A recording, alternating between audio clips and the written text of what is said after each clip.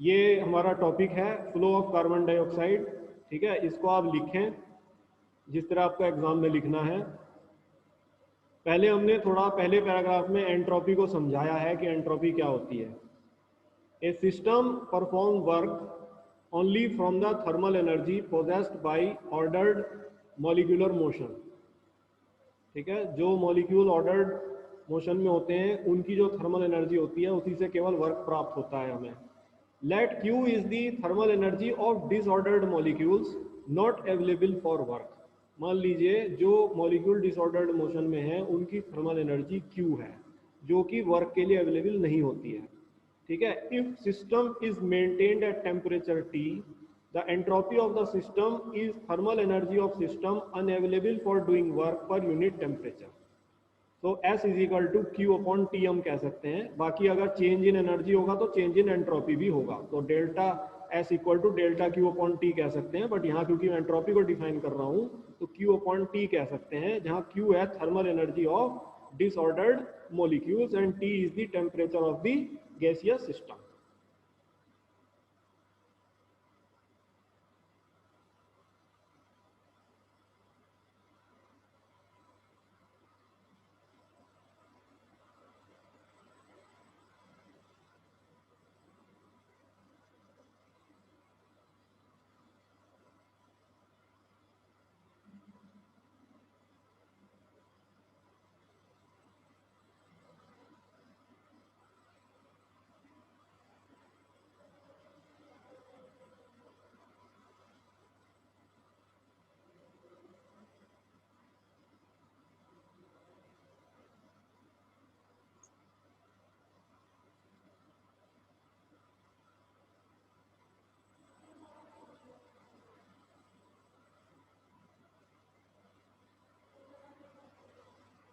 अगले पैराग्राफ में हमने कार्बन डाइऑक्साइड के रिलीज होने के इफेक्ट को समझाया है इसमें।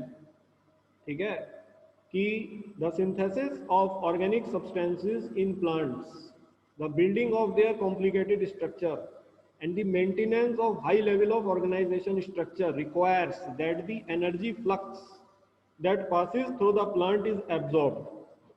ठीक है, अगर प्लांट को ऑर्गेनिक सब्सटेंसेस को बनाना है और उन ऑर्गेनिक सब्सटेंसेस के कॉम्प्लिकेटेड स्ट्रक्चर्स को बनाना है तो ये जरूरी है कि जो भी एनर्जी उसके पास है वो उसको एब्जॉर्ब करे, सीधी सी बात है। ठीक है, तो जो एनर्जी अगर वो एब्जॉर्ब करता है तो उसमें ऑर्डरनेस बहुत ज़्यादा अच्छी आ जाएगी, तो उसकी एंट्रोपी तो उल्टी बात है, तो एंट्रोपी जो है बहुत नेगेटिव होती है। ठीक है, जितना ऑर्डर्ड कोई चीज़ है वो एंट्रोपी उसकी उतनी कम होगी, तो वो नेगेटिव है एब्जॉर्ब करने से एनर्जी को। ठीक है, तो वही है कि requires that the energy flux that passes through the plant is absorb such that the change in entropy of the plant system is negative, यानी कि delta S should be less than 0।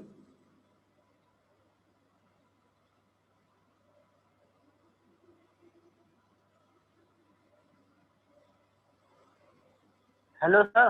हाँ बताइए।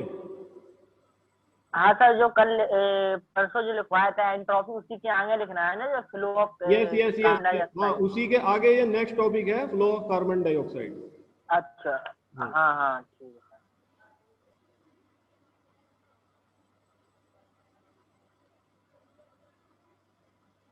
ये एग्जाम में question भी आता है, flow of carbon dioxide and entropy change.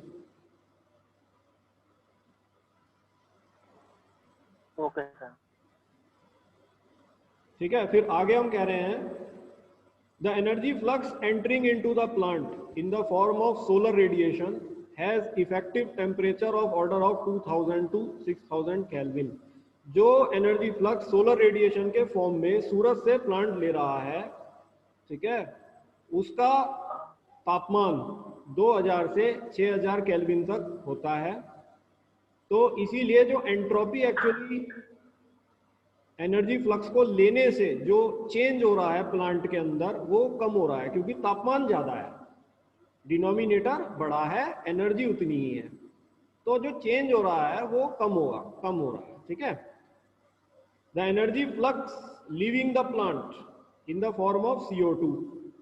अब वो ले तो रहा है सूरज की किरणें, सोलर रेडिएशन, लेकिन निकाल रहा है कार्बन डाइऑक्साइड। जिसका तापमान है 300 केल्विन, ठीक है।